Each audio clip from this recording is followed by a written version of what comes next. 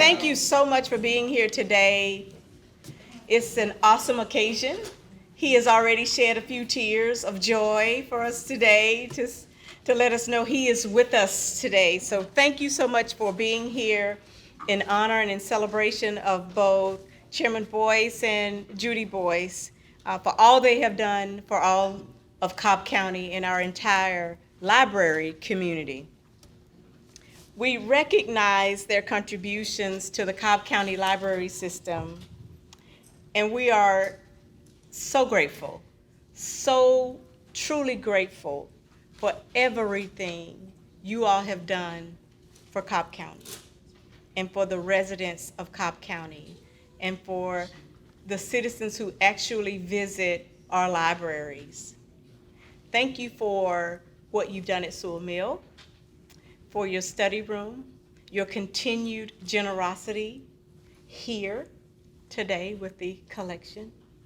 Thank you for your prayers, because but for those, we couldn't do what we do every day. So thank you for all that you've done for us. Chairman Boyce will always be Chairman Boyce to me. When I got the script from the library system, and I was like, well, Mike did this and Mike did this. I just can't. I can't call him Mike. He will always be my Chairman Boyce. So pardon the formality, but he will always be my Chairman Boyce. So Chairman Boyce, retired United States Marine Corps. Hoorah, exactly. Gave to the library this extensive military collection of books reflecting his deep and personal interest in lifelong learning, teamwork, leadership, and his experiences across the world as a loyal and committed United States Marine. Happy birthday to the Marine Corps.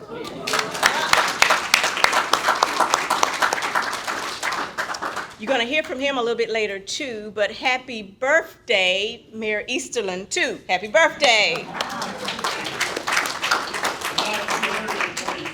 Not quite, not quite. Not as good looking as the Marine Corps. That's okay.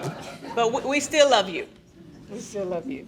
So over the months since Chairman Boyce has passed, I'm sure you, like me, have reflected many times on who he was as a man and as a leader. We reflect on his unwavering commitment to education for all. He truly believed in access and education for everyone. And he wanted to make sure that reading was a part of that skill set that propels our young people to move throughout the journey that they have ahead of them. Always a student, Chairman Boyce earned degrees first at his beloved University of Notre Dame, as well as Pepperdine University, and graduated with the distinction from the Naval War College. He was always home in a library somewhere as he visited his favorite library system, the Cobb County Libraries. Chairman Boyce attended Notre Dame during the tenure of the Notre Dame President Theodore Hesburgh. Chairman Boyce shared his commitment to God, country, and Notre Dame, in that order, I'm sure. Reverend Hesburgh said, and I quote, "You have to have a vision. It's got to be a vision that you articulate clearly and forcefully at every occasion.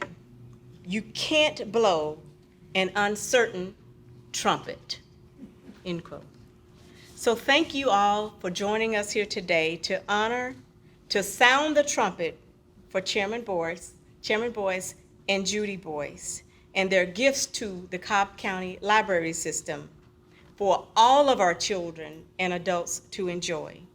At this time, we will have our presentation of colors by none other than North Cobb High School ROTC program, followed by the Pledge of Allegiance, which will, of course, be delivered by, let's see, I want to make sure I get this right. Our Pledge of Allegiance is Mayor Easterlin is going to deliver the Pledge of Allegiance. Is that right? Yes, ma'am. Okay. All righty. Let us stand and honor our honor guards from North Cobb High School.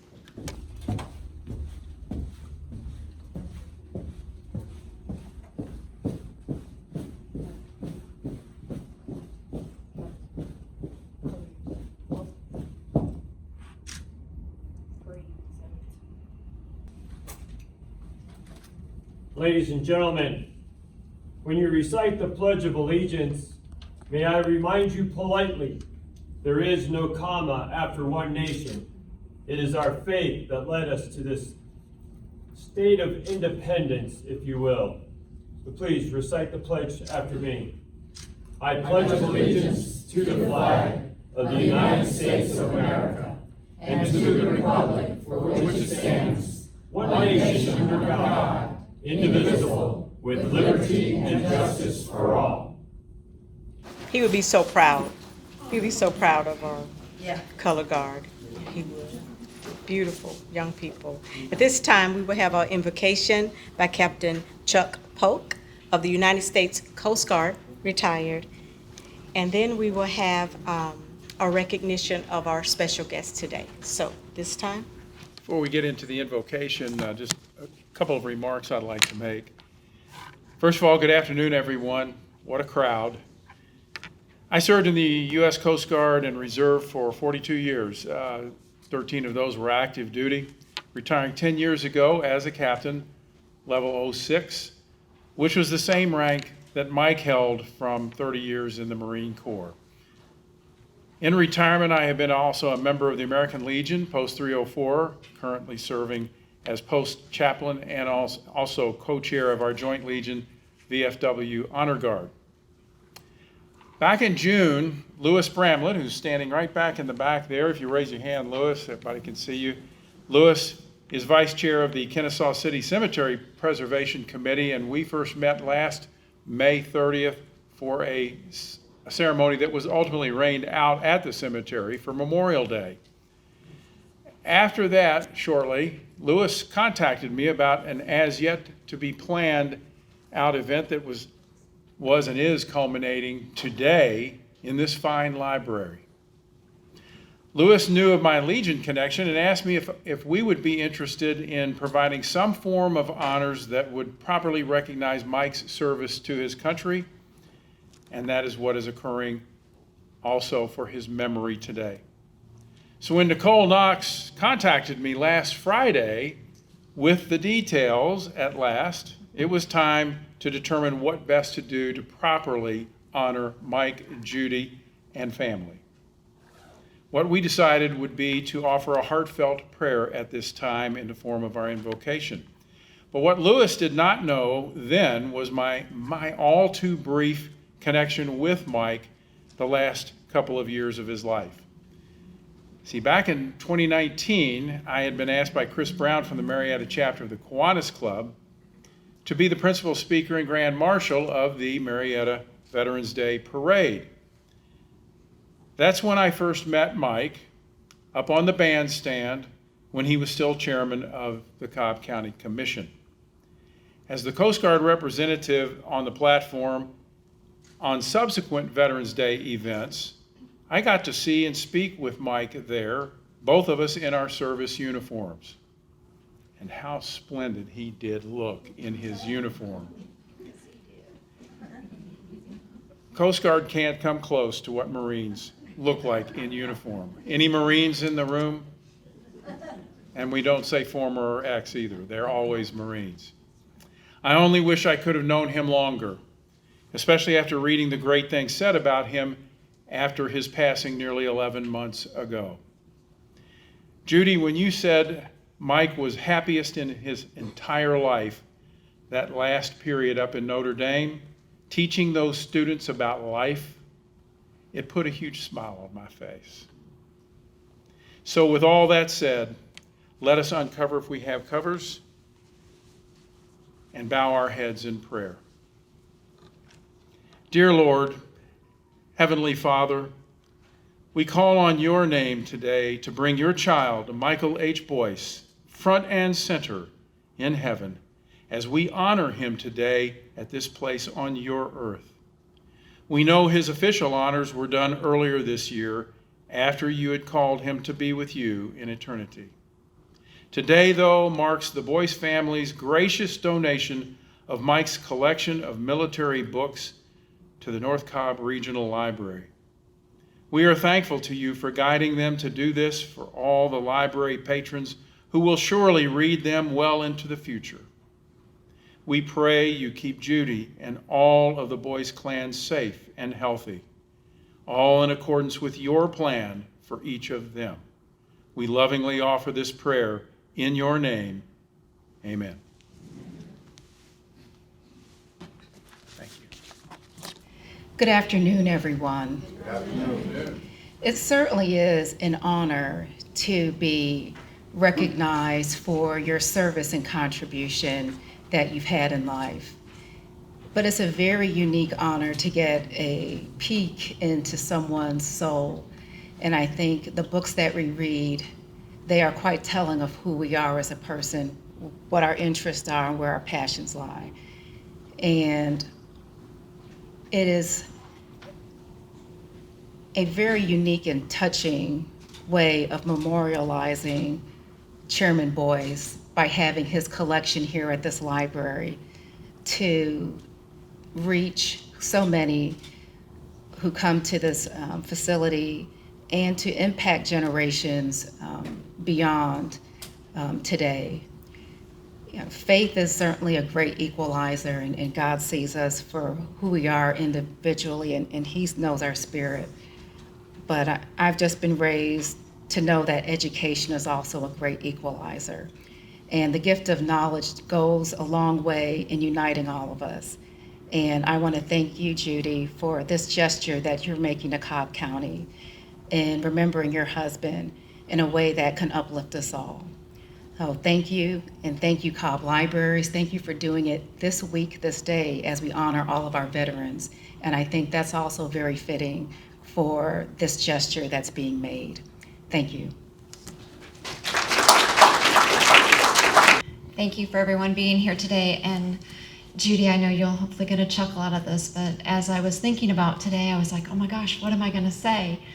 But then I know the conversations that I used to have with Mike, he was always shocked at what I would say, and you were gracious to quickly learn to take away his cup of coffee or whatever he had. Because it was a shock, but Mike and I had great conversations, and those conversations circled around knowledge and facts, and those often came from studying. So to have his books donated and the premise of where he came from is a great honor, because this is going to give our young people an opportunity to learn that history and foundation for which he was brought up with and led this county forward with. So that I thank you. I thank you for all your time and the time that you gave of him to us, whether it be representing the county or phone calls in the evening. Thank you. At this time, I would like to move forward and ask former colleague of mine, always a brother to me, none other than William Bill Tanks. Thank you, Dr. McMorris. Helen told me 5 minutes. I'm watching the clock back there. Because there's a lot of sea stories. If you know anything about the military, Mike was a Marine, or is a Marine, and I am a sailor. What does that mean? Well, my first encounter with Chairman Boyce was a joke, a Navy joke. And of course, I knew better than to joke back at the chairman because he's a Marine, but he kept picking at me and I had to let him have it. So that was our relationship. But on behalf of the Cobb County Library Foundation, I want to say thank you to Judy, of course, Chairman Boyce. This foundation that we are part, and I got my notes here to stay on point, and you already had some of our members up, but if I can ask you all to stand up again, the Library Foundation members. I know we have Nona here, we got Abby here. These folks work very, very hard to support the mission of the library. We have these Zoom meetings, and all they talk about is raising money for this library. And we knew for a fact that this is going to be a special day because some of the things that happen through these donations and these recognitions come through the foundations in the form of charity. So the Boyce family has been a very, very long-time supporter of the library, not only through the foundation, but through his office. Politics is a blood sport. I'm not afraid to say it. I don't work here anymore. It is a blood sport. But Mike Boyce, I'll say this, there were constants about him that overrode politics. One, his love for Judy. His wife, she was at all the board meetings, and we knew better than to mess with the 4-H club because she was a master gardener. You know, it wasn't up for discussion because he had to live with Judy, so that was never up for discussion. And then he believed in Cobb County, and he really believed in democracy. You know, we had national drama around politics, but when there was a change in command, his change in command with Chairwoman Cupid was what I call an honorable reflection of what our country should do. And Mike Mayor Shute, he represented the United States Marines, himself, the Boyce family, and the county very well. He was always a standout person. Politics didn't dominate his thing. He was a person of principle. He believed, again, in democracy, but let me tell you, this man believed in libraries. So to wrap up my story, of course, he would tease me about ice cream socials, and then when I first retired, he sent me a note. Only military people understand this. Orders denied. He said, you can't retire. And then also, when I first got on the job, he actually commissioned me and Mr. Murphy to go win back the seniors. And so he put us out, he sent us out to war to get beat up on his behalf. I mean, and those seniors, we took a beating for Chairman Boyce, but we accomplished the mission. And I remember coming back to him, and he said, I appreciate you doing that. He said, I got one more thing I want you to always take care of. And he said, the libraries.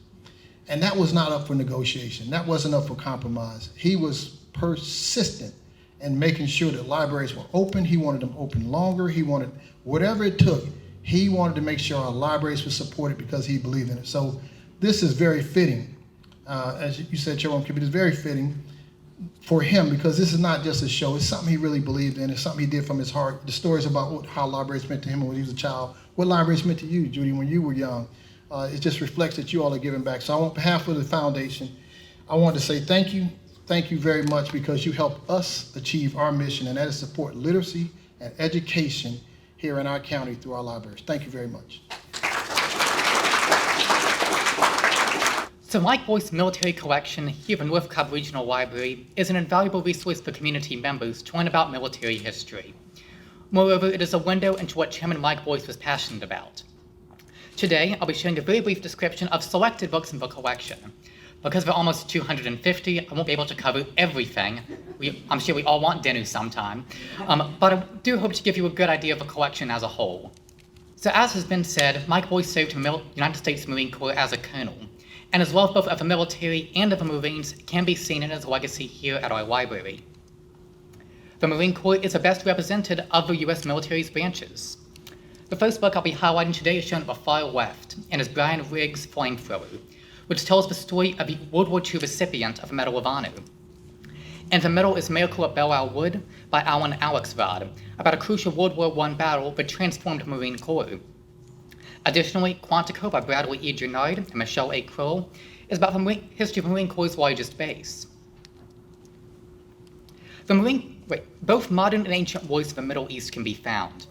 One of the books is Understanding Iraq by William R. Polk, which covers the country's history from the Mongols onwards. Also of note are books on the political side of the war, represented by Bob Woodward's The War Within. Additionally, Hotel Warriors by John Fialka covers another aspect of war, in this case, the reporters. Next is Vietnam and Korea. The first of these books I'll be highlighting is Dan Hampton's Hunter Killers, about Vietnam War pilots, followed by a book by Ralph Wedihan about Vietnam War's Mayaguez incident. The Coldest Winter by David Halberstam is a history of the Korean War. Dwight D. Eisenhower has several books. Jonathan Jordan's Brothers, Rivals, and Victors covers the general and his colleagues. Others are biographies just about Ike's time of the war, including Stephen Ambrose's The Supreme Commander. Finally, his presidency is covered in chest dupacks of the presidency of Dwight D. Eisenhower. World War II itself has almost 50 books in the collection. One of these is Choices Under Fire, which examines the conflict's moral side. Also of note is Nigel Hamilton's War and Peace, covering FDR from 1943 to 1945. Moving on from War in Europe brings us to MacArthur at War, World War II in the Pacific by Walter Bornemann. Further back is the Civil War, starting with Adam Goldheight's 1861, The Civil War Awakening. And at the war's other end is J. Winnick's April 1865. There are also volumes about Civil War leaders, including the warrior generals, combat leadership in the Civil War. In addition, Bruce Caton's 3-volume History of the Army of the Potomac can be found. Caton is not the only noted historian with several books in the collection. John Keegan has 5 books, but was only able to include 3 on this slide. While most of the books cover wars that America has fought in, there are several ancient wars. The oldest of these books is Thucydides' History of the Peloponnesian War, followed by Arrian's Campaigns of Alexander the Great. Last, but not least, is a history of the conflicts between Rome and Jerusalem. Other books cover great military leaders, including those of the Greeks and Romans. The American West also has several books. One of these is D. Brown's classic History of the West through the Eyes of Native Americans, Bury My Heart at Wounded Knee. Rebels on the Rio Grande covers a military activity that took place in New Mexico during the Civil War. And continuing the story of the Army in the West is Fort Selden, 1865 to 1891 by Alan J. Holmes. This New Mexico fort is now preserved by the National Park Service. Guess I accidentally put my text on the slide, my bad. Better luck next time, I guess.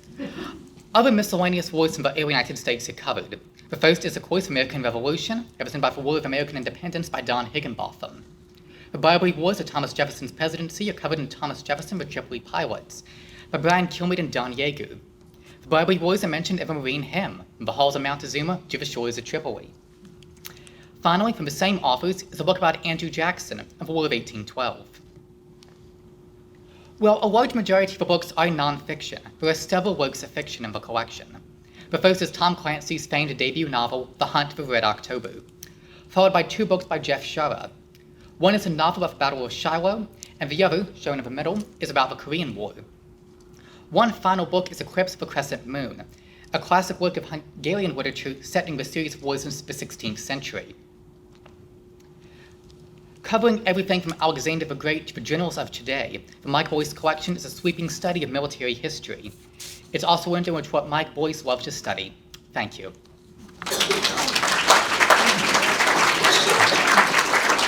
Good afternoon, everyone. Good afternoon. This day represents both a relief and redemption for me, because there's many a day that I wondered if I would ever get the opportunity to publicly share the things that I knew about the chairman. First of all, we talked about how we respectfully titled him, and he had a special name for me. I was Miguel. And we had quite a relationship. And to say it was never difficult considering him a brother, he kept reminding me of that. Because every Monday after he returned from a trip to the West Coast, I knew as soon as he hit the office, we were going to have the arm test. He would roll up his sleeve and say, "I'm catching up with you, brother." And finally it got to the point that I simply, after one trip, that I tried to match him. I drove to North Carolina in a convertible, came back, it was during the summer, and the whole time I said, "I think I got it this time." Monday morning, I was still a few shades short. So what I said was, I simply took out my handkerchief and waved it. But Brother Tanks, I won't need to look at the clock. my wife leaned over to me and said, don't be too long, in her loving way. But I can tell you, and it does my heart good to look up here and see some of the people that I served on the library board of trustees with. And I can remember, I feel that, gosh, being a trustee, you have a responsibility to bring resources and ideas to the board. And I think I did. I can remember even before I got on the board, and I came to them with a proposal for midnight libraries. And believe it or not, they listened. But more importantly, they didn't have someone come in and have me committed either. They just simply said, we don't have the resources. Okay. But thanks to Chairwoman Cupid, who appointed me to the library board, I can remember giving reports to her in her community meetings where everyone all of her appointees would report about how things were going. And I was just full of enthusiasm. And I can remember going to Helen prior to Mike taking office. I said, look, I says, I think we finally made it this time. I said, because I know his feelings and his love for libraries. I had the opportunity to travel around with him to all the departments before he took office. And I will long remember the visit to the medical examiner's office. And if any of you all can remember the facility that they had before the one they have now, it didn't take long to know that an investment was sorely needed. And Mike talked to the staff there, and he was concerned because the facilities were in such bad shape. He was concerned about the possibility of litigation. And I walked him out to the car. He had another engagement, and I was so moved that I went back inside and told the staff, I said, look, I said, he's serious. And I can remember that same fervent attitude when I said, Mike, I said, we certainly want to make sure that the libraries get resources. I never got a yes so quick. But what I want to share with you is, in addition to Mike's commitment to, obviously, the military and this country, to me, I see him sitting right now up above, between Reverend Dr. Martin Luther King and Frederick Douglass, because he was that concerned about human beings' maximum potential and a level playing field.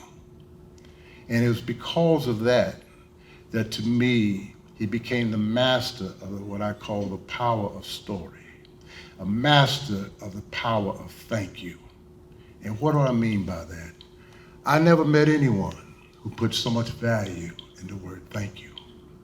Every meeting that I had with him, when it was over, he would say, thank you, and thank you what you do for Cobb County. And that's the way he would be with all the employees, all of the people. And he always had a story, always had a story. And that's why I should have said the first thing to Judy, is that I'm not going to riff today. We were at it earlier day. To me, it's been like, this is like Mike Boyce Day, because it started this morning with an honor to both he and Judy as Citizens of the Year, and it's continuing here. So I sincerely thank the library board and all for this very, very auspicious honor. It was because of Mike's commitment that it, again, being a brother, my late brother was also an avid, voracious reader like Mike. And that inspired me to make the donation of his collection on Africa to the library. And all I can tell you as far as the size, and Brother Tanks can attest to it, I think it was at least 9 or 10 boxes that we helped get to the library. But I can just simply say that this is just a very momentous day. and one that I think will just such a fitting way to a man that loved libraries, loved reading, and loved this county. He would call me sometimes and say, I just read a book, and I just fastened my seatbelt because I know I would get an exciting review. And he would say that he read this book so quickly, and of course, as soon as we hung up, I would run out and get it. And I would feel a little bad if I didn't feel that I was reading it quite as rapidly as he was. But the one that I will long remember is he read by Howard Thurman, Jesus and the Inherited. And, but that's the way he was. When he would travel, he would come back, he would bring me a book. And when we would have our meetings, we would talk about things. We would talk about people. We would talk about things, how to make this county better. His vision. And I can remember Millie coming in oftentimes saying, you guys are just having too much fun. But I can tell you the one quote that sticks in my mind that he would say. It's a quote by Mark Twain. And he says, there's no difference. There's no difference in a man who doesn't read and a man who can't read. No difference. Thank you.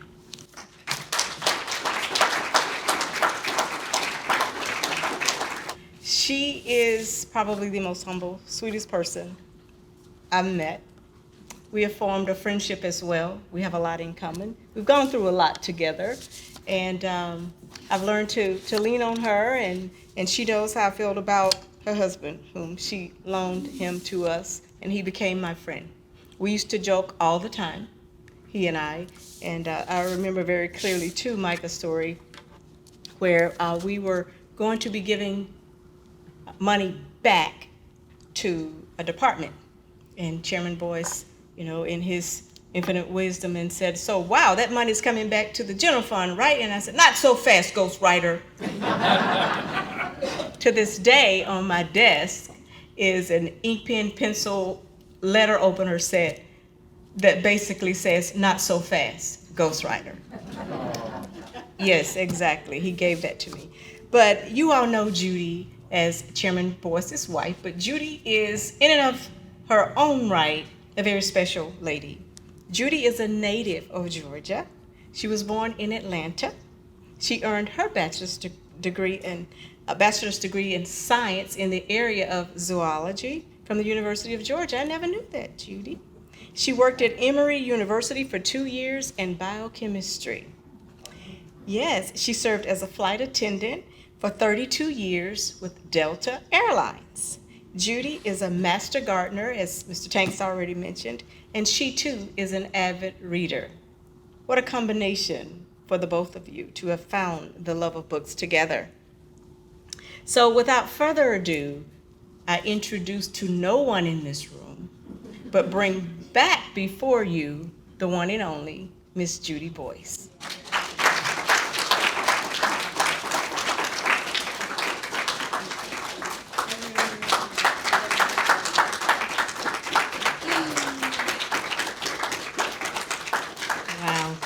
Thank you. I look out over this room and I see so many faces of people that I love and respect and who are good friends to Mike. And I just thank you so much for being here. I had some notes. And I don't know what I did with them. I think they might be over there in my purse. I'm not sure. But I'm just going to wing it. I've listened to some beautiful things said here. Andrew, wherever you are, it's like you could see into Mike's mind when he was pulling these books off the shelf in our basement. And I watched him separating books. What are you doing? I'm thinking about giving some books to the library. That's what it was. We have thousands of books in our house. So I can add to this collection if you want me to.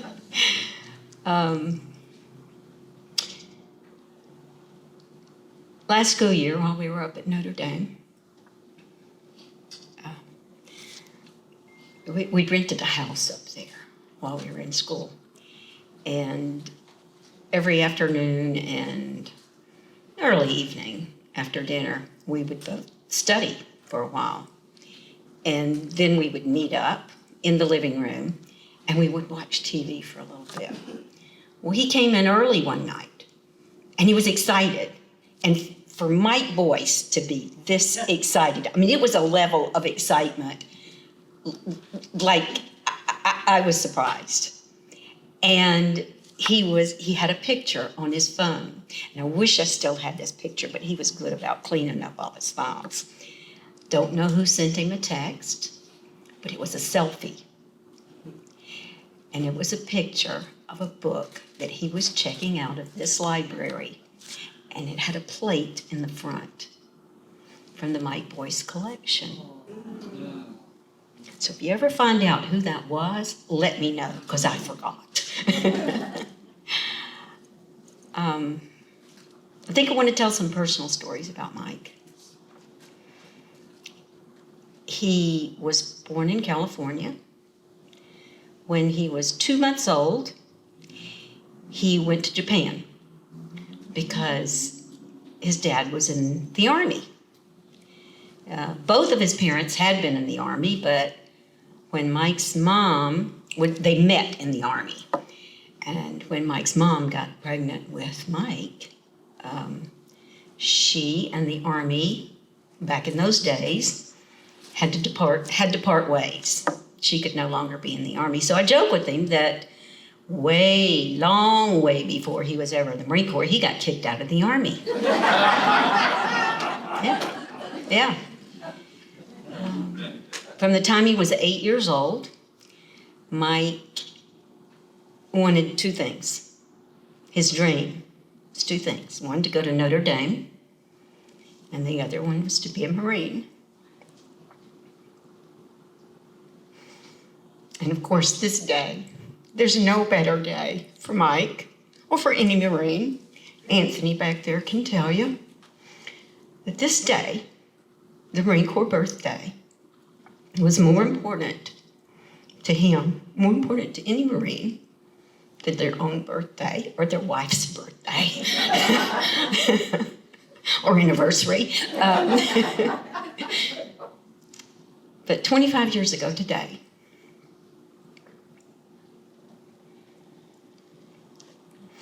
a man in a handsome Marine Corps uniform asked me to dance at the Marine Corps birthday ball in Muscat, Oman. Mike was proud of all the places that he served, whether it be garden spots like Somalia and Djibouti, or in Muscat, where we met. I'd gone to visit a friend at the embassy in Muscat, and she had invited Mike to be the guest speaker at the Marine Corps birthday ball in 1997. Because he was the highest ranking Marine in the Persian Gulf at that time. And I didn't fall in love immediately, but I thought, wow, what a great speaker, what a nice man, what a good-looking man. But he was a little geographically undesirable, and 2 years later, he came to Atlanta, and he called me up, and we went out. And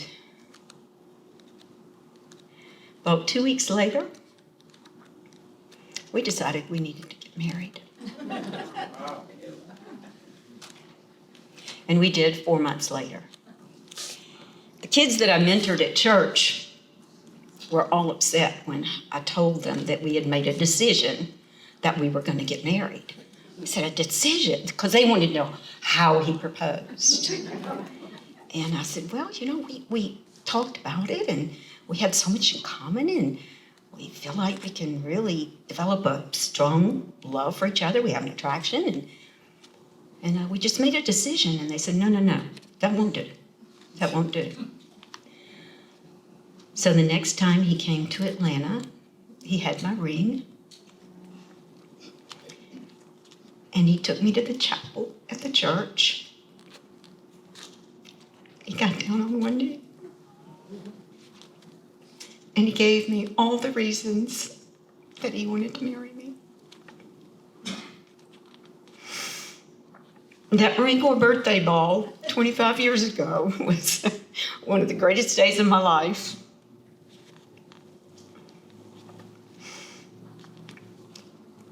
And I look out at you and I think, this is another one of those wonderful days.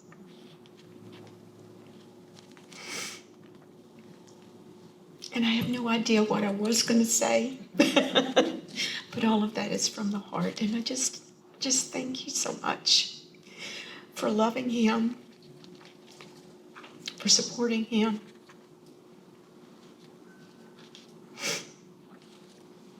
Well, I'll tell you one more thing. Not only did he love Cobb County, because he often said, I gave him 3 choices of places to live: Cobb County, and Cobb County. And that was true, I did.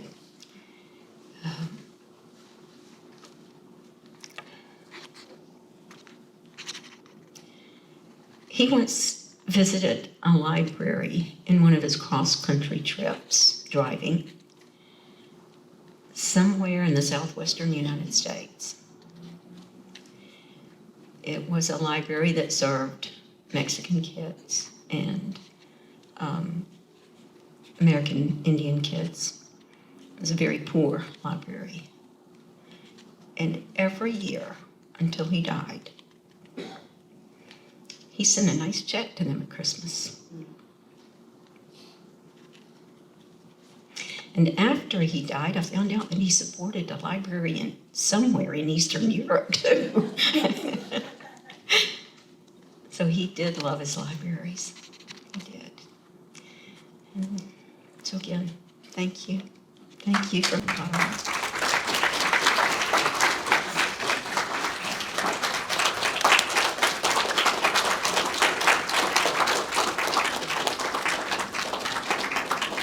Thank you, Judy. Thank you, everyone, for opening your heart and sharing those stories. It just take a moment and take it all in and just begin to appreciate the blessing of being here and the influence that he's had on our lives. What would he want us to do? What kind of Cobb would he want us to continue to grow? Let's take a moment and think about that. What kind of Cobb do we want to be? We hear all the love and compassion that he had for people. Let's find our way to take that and do something good with that. That's how you truly honor someone, right? Is to find the best in them and imitate that in our lives. Can we commit to that for Chairman Boyce, for each other, for Cobb County? Let's do that. If for nobody else, let's do it in his honor and his memory. This time I would like to bring up Ms. Helen Poyer, our Library System Director. Well, Chairman Boyce was a champion for libraries, but I can tell you he intimidated me. He would come up, he would say, Helen, when are you going to open the libraries up on Sunday? And I would kind of look and say, well, we don't have any money. We're the 4th bucket. But under his leadership, our hours were restored, our part-time hours were restored. He did love the Cobb libraries. And he recognized that a library is a never-failing spring in a desert. It makes a difference in the people's lives. You know, it's a vital resource center in our community. And Andrew Carnegie said, "To try to make the world in some way better than you found it, it is a noble motive in life." And Mrs. Boyce, you and Chairman Boyce truly made noble efforts to make us a better library system, and we are truly grateful for all that you've done during this time. So at this time, again, Dr. McMorris thanked the staff. We did have people that made this day possible. Nicole Knox, who's the manager, Dinah Bonesteel, our administrative team, who just goes above and beyond, Jerome Vanderbilt, and our tech ops staff, who processed all the books, cataloged, and made sure they had those, the insert in each book. So at this time, we welcome you to go to our room to see the pictures and to see the collection. Thank you for doing that, Mill, because I would not have. Make sure. This is awesome. This is awesome. Here's our study. And the county is growing crazy, but I only went in for Nobody knew this was yeah, it's hard to beat an incumbent sometimes.